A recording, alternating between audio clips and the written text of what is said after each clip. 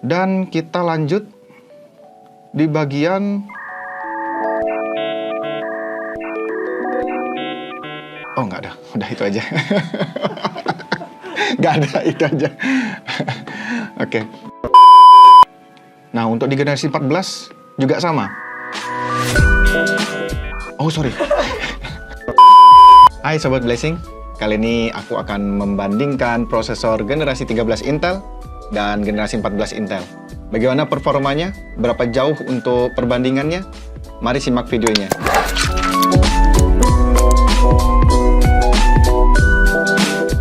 Oke, kali ini aku akan mengulik dari beberapa Intel prosesor yang dari generasi i3, i5, i7, dan i9. Kita lihat seberapa jauh sih perbedaan dari generasi 13 dan 14 ini. Mari simak videonya bareng-bareng ya.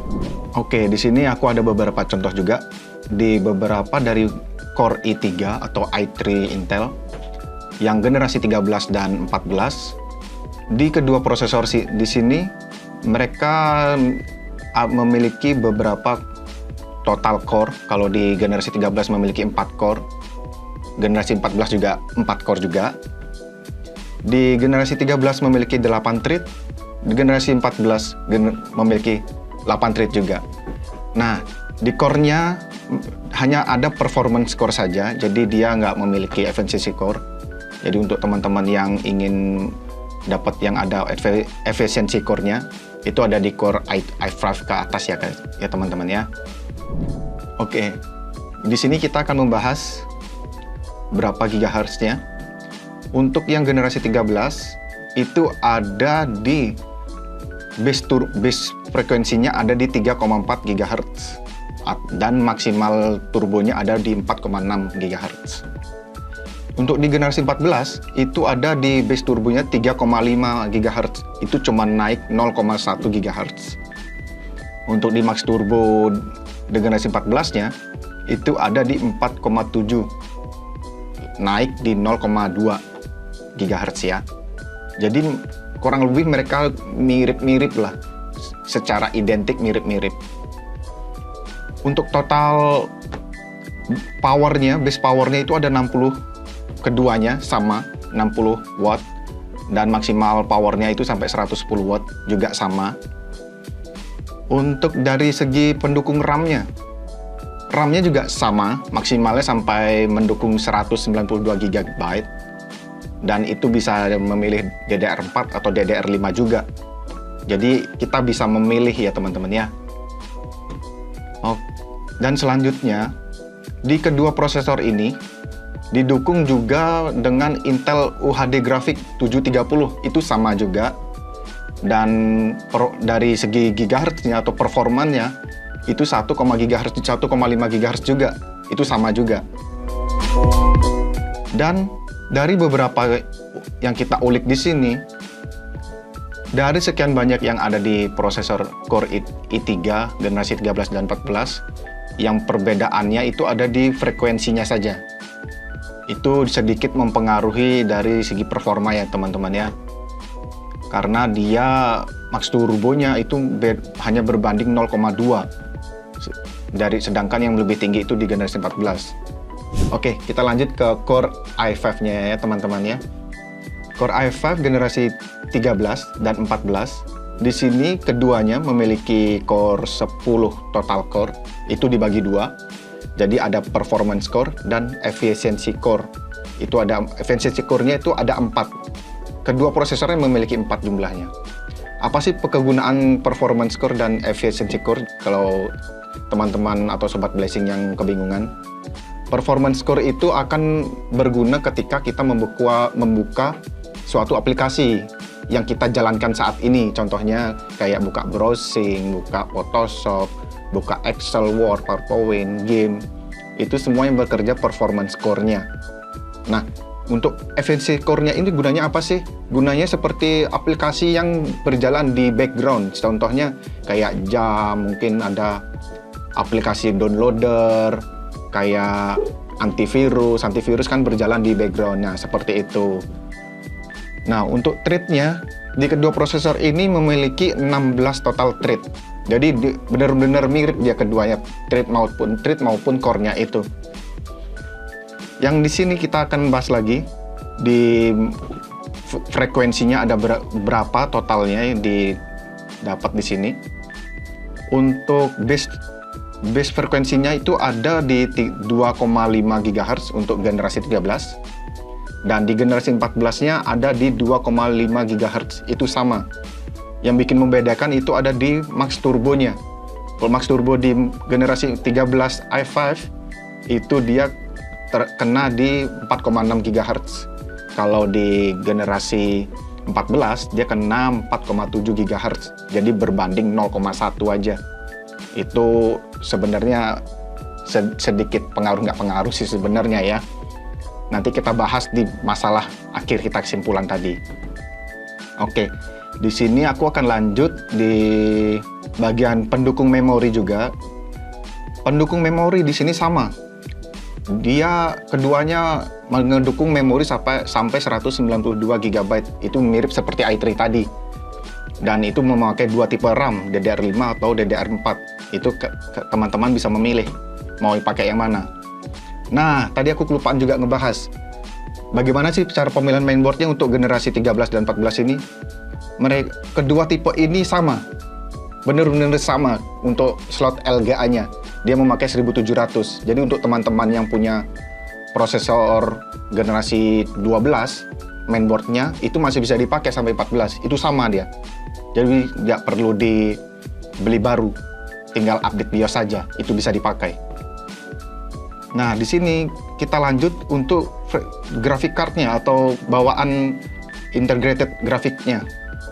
Di kedua seri ini diusung Intel UHD Grafik 730, sama kayak Intel Core i3 tadi.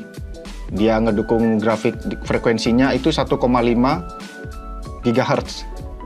Untuk di generasi 14 juga sama, dia mirip. Dan kita lanjut di bagian nggak ada, udah itu aja. Nggak ada, itu aja. Oke. Kali ini aku akan ngebahas i7 dari generasi 13 dan 14. Nah, di sini cukup menarik karena dia ada sedikit perubahan. Untuk di generasi 13 i7 itu memiliki 16 total core, 16, dan memiliki dibagi dua juga. Itu performance score-nya ada 8, efficiency score-nya 8. Dan memiliki total thread 24 thread. Kalau di generasi 14 i7, nah di sini ada penaikan. Dia ada kenaikan di 4 jumlah core-nya menjadi total 20 core. Itu dibagi dua juga. Performance score-nya 8, efficiency score-nya 12. Jadi sedikit lebih banyak dia ya. Penambahnya ada 4. Nah, thread-nya juga ada penambahan juga nih. Thread-nya menjadi total 28. Ini cukup menarik di sini karena nggak seperti nggak seperti Core i5 dan Core i3 tadi. Di sini Core i7-nya cukup jauh perbedaannya. Karena dia total core-nya ada dan thread-nya itu penambahan ada total 4. Itu cukup menarik karena di sini mungkin karena kebanyakan pengguna untuk rendering ya. Jadi makanya ditambah. Untuk max turbonya untuk generasi 13 itu ada di 5,2 GHz, sedangkan di generasi 14 itu ada di 5,4. Perbedaannya 0,2 GHz. Ini cukup menarik karena perbedaannya 2. Untuk di base frekuensinya ada di 2,1 GHz. Dan itu sama 2,1 GHz juga. Kita lanjut untuk di bagian support memorinya. Di sini support memorinya ada 192 GB, itu maksimal size-nya. Dan untuk RAM-nya itu DDR5 dan DDR4 juga. Nah, ini perbedaannya dari yang i7 dengan i5 dan i3 tadi. Di RAM DDR5-nya. Kalau di DDR5 di i7 sini dia ngedukung speed-nya sampai 5600. Ini cukup menarik karena dari base bawaannya dia sudah ngedukung 5600. Nggak perlu dicari yang rendah-rendah lagi ya, langsung maksimalin aja, cari yang bagus kan gitu kan, lebih baik dia. Kalau di generasi yang di i5 sama i3 tadi, itu dia ngedukung sampai 5200 untuk speed MHz-nya. Nah, untuk di generasi 13 ini, dia diusung Intel HD Grafik 770. Itu sama, keduanya sama. Dengan frekuensinya juga 1,6, itu sama juga. Nah, untuk teman-teman, mungkin kita akan ngebahas kesimpulannya terakhir. Sekarang kita lanjut ke i9 ya, yang terakhir. Oke, kali ini kita akan ngebahas Core i9-nya. Di sini Core i9, kita langsung gas saja ke total core-nya. Total core-nya memiliki 24 untuk generasi 13, dan dibagi dua menjadi performance core dan efficient core. Performance core-nya itu ada 8, dan efficiency core-nya ada 16, dia sedikit lebih banyak. Dan thread-nya memiliki 32. Nah, untuk generasi 14 itu sama. Performance core-nya ada 8, efficiency core-nya ada 16, dan thread-nya ada 32 juga. Di sini menarik karena mirip, nggak seperti di Core i7 tadi. Di sini benar-benar identik. Untuk frekuensinya, base frekuensinya itu ada di 2 GHz. Ada di 2 GHz untuk di generasi 13. Dan di generasi 14 juga sama, 2 GHz juga. Nah, untuk max turbonya di Core i9 ini dia 5,5 dan 5,6 untuk di thermal frequency boost turbonya. Untuk di generasi 14 itu memiliki max turbonya itu ada 5,6 dan 5,8 tuh untuk thermal boost turbonya. Dia cukup menarik karena perbedaannya 0,2 juga. Nah, untuk dari memorinya, di memorinya ini dia ngedukungnya mirip-mirip seperti di Core i7 tadi. Dia ngedukung 2 memori juga, DDR4 dan DDR5. Max memorinya ada 192 GB, dan DDR5-nya bisa ngedukung sampai 5600 speednya. Jadi bisa langsung dipilih yang paling tinggi aja nanti biar untuk komputernya misalnya dirakit ya. Nah, untuk keduanya diusung sama GPU Grafik 770 atau UHD Grafik 770. Itu keduanya sama. Dengan frekuensinya ada di 1,65. Itu mirip, keduanya sama. Oke, kali ini aku akan ngebahas untuk Intel prosesor yang ada F dan nggak ada huruf F-nya. Untuk di prosesor Intel, teman-teman itu wajib memperhatikan di beberapa generasi angka-angka di belakangnya, seperti 1300F dan 1300 nggak ada F-nya itu. Contohnya, itu yang F itu harus mewajibkan pasang VGA eksternal. Jadi teman-teman semisal mau beli komputer dengan budget minimum dan kegunaannya untuk ngetik-ngetik aja, dan saat membeli yang F itu dia nggak bakalan bisa nampilin ke monitor karena dia harus ada VGA eksternal.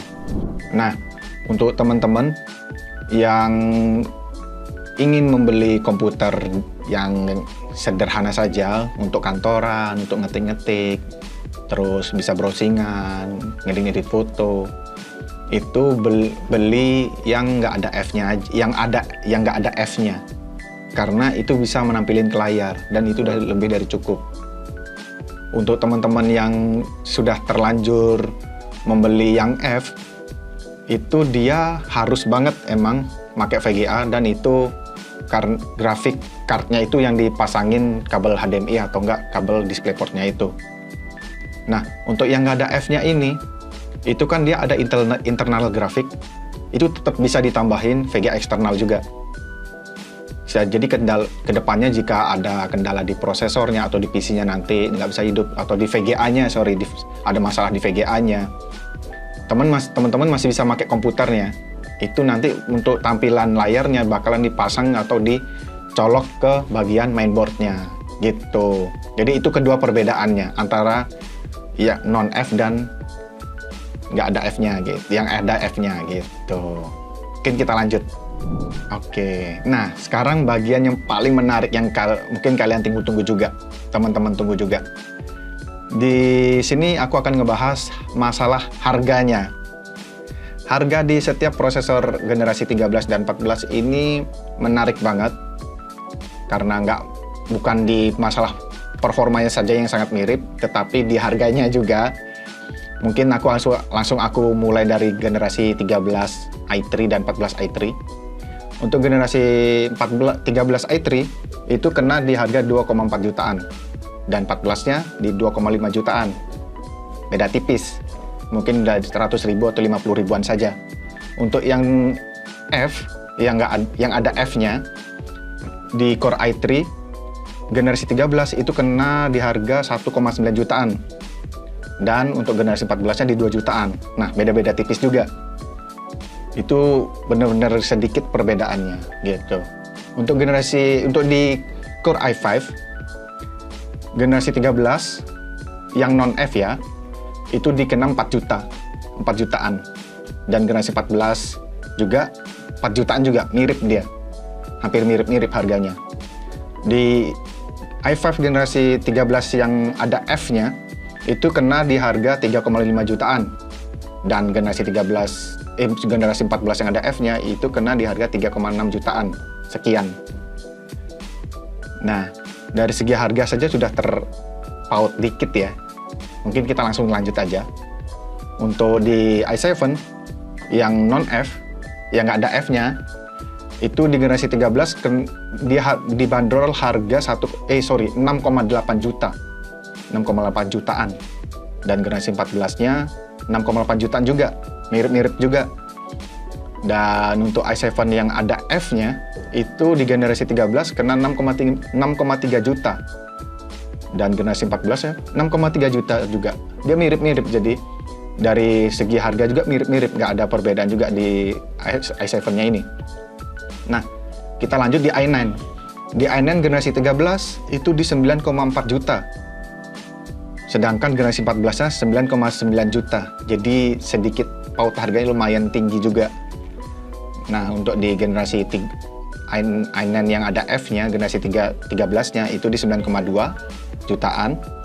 Dan generasi 14-nya ada di 9,6 jutaan. Nah, ini juga sedikit paut harganya lumayan dia, di 400 atau 500 ribuan. Nah, di sini kesimpulannya, untuk teman-teman yang ingin mau upgrade atau mau ngerakit baru, itu perlu pertimbangkan. Mungkin di sini lebih menekankan untuk teman-teman yang ingin upgrade. Karena dari prosesor itu sendiri yang teman-teman sudah memiliki generasi 13, mau upgrade ke 14, itu dari kita lihat pantau dari spek yang tadi, itu mirip-mirip. Dan sedang harganya juga mirip-mirip. Untuk teman-teman yang ingin merakit baru, mau ngerakit PC baru, itu biasanya kita lebih nyarankan langsung aja ambil 14, biar sekalian, karena harganya mirip, itu lebih menarik. Kalau di Core i9 yang agak sedikit berbeda, gitu. Oke, mari kita lanjut. Nah, dari beberapa penjelasan tadi, kita bisa ngesimpulin nih, untuk prosesor generasi 13 i5 dan generasi 14 i5, mereka benar-benar identik. Untuk masalah performa, kurang lebih mereka bakalan sama, itu tergantung dari spesifikasi VGA yang kita yang bakal pakai. Ini tergantung dari sobat-sobat blessing sendiri, mau pakai yang mana, mau pakai yang baru atau generasi 13, itu pemilihannya sobat blessing sendiri. Gimana enaknya kita untuk pemilik generasi 13 sebelumnya, worth it nggak untuk upgrade? Di sini dari kita lihat dari tabel-tabel atau data-data di sini, kedua generasi prosesor Intel yang terbaru 13 dan 14 bisa dibilang hampir mirip. Mungkin kalau secara pengetesan nanti bakalan sama dia, kurang lebih berapa persen, mungkin 1%, 5% perbedaan dikit saja. Buat teman-teman mungkin kalau ingin ada upgrade atau ingin merakit PC baru, mungkin dipertimbangin banget. Karena dari segi kedua generasi tersebut itu nggak terlalu jauh performanya. Jadi teman-teman yang sebelumnya sudah memiliki generasi 13, ingin banget mau upgrade, itu bisa dipatok dari teman-teman itu sendiri, mau di-upgrade ke generasi 14 atau tidak, atau menunggu yang lebih baru di generasi 15 ke depan. Karena rencananya di generasi 15 ke depan itu bakalan berbeda di aspeknya. Nah, untuk teman-teman yang ingin ngerakit baru, itu pas banget. Dia langsung aja cari ambil yang generasi 14. dari prosesor i7, i5, i3-nya. Itu harganya sama, mirip-mirip banget, nggak beda jauh. Itu cuman berbeda 50.000, 100 ribuan. Yang membedakan itu di Core i9-nya, itu lumayan banget perbedaan harganya, masih 500 ribuan sekian. Bahkan sampai paling murahnya itu 400 ribu. Jadi pertimbangan banget untuk Core i9-nya. Dan performanya juga mirip-mirip. Dan yang perbedaan tadi itu di Core i9, dia di core-nya juga gitu. Jadi bisa dipertimbangkan. Nah, untuk teman-teman yang ingin banget ngerakit, nah di ngerakit komputer bisa banget langsung datang ke toko kita. Kita memiliki offline store di Jalan Pulau Kawi nomor 38 dan toko kita di Jalan Pulau Kawi nomor 40. Kita memiliki 2 tempat dan nggak terlalu jauh, hanya jalan kaki, beda gedung saja gitu. Nah, untuk teman-teman yang males atau mager datang ke toko kita, bisa banget langsung di e-commerce kita. Kita memiliki 2 link di Tokopedia dan Shopee. Nanti linknya aku taruh di gini ya, di deskripsi ya. Langsung aja dikunjungi. Nah, untuk teman-teman mungkin ada yang ingin merakit komputer tapi bingung mau konsultasi PC, langsung aja datang ke store kita. Nanti kita bantu. Mau ngeliat atau mau minta saran rakit PC, nanti kita bantu langsung di sini. Nah, mungkin dari aku sendiri sekian dari aku mungkin untuk pembahasan Core prosesor Intel dari generasi 13 dan 14 juga. Nah, itu dia dari beberapa komparasi prosesor Intel generasi 13 dan 14 dari aku. Nah, jika sobat-sobat Blessing ada pertanyaan atau ide-ide konten, bisa tuliskan di kolom komentar di bawah. Dan sekian dari aku. Jangan lupa subscribe dan like-nya juga. See you.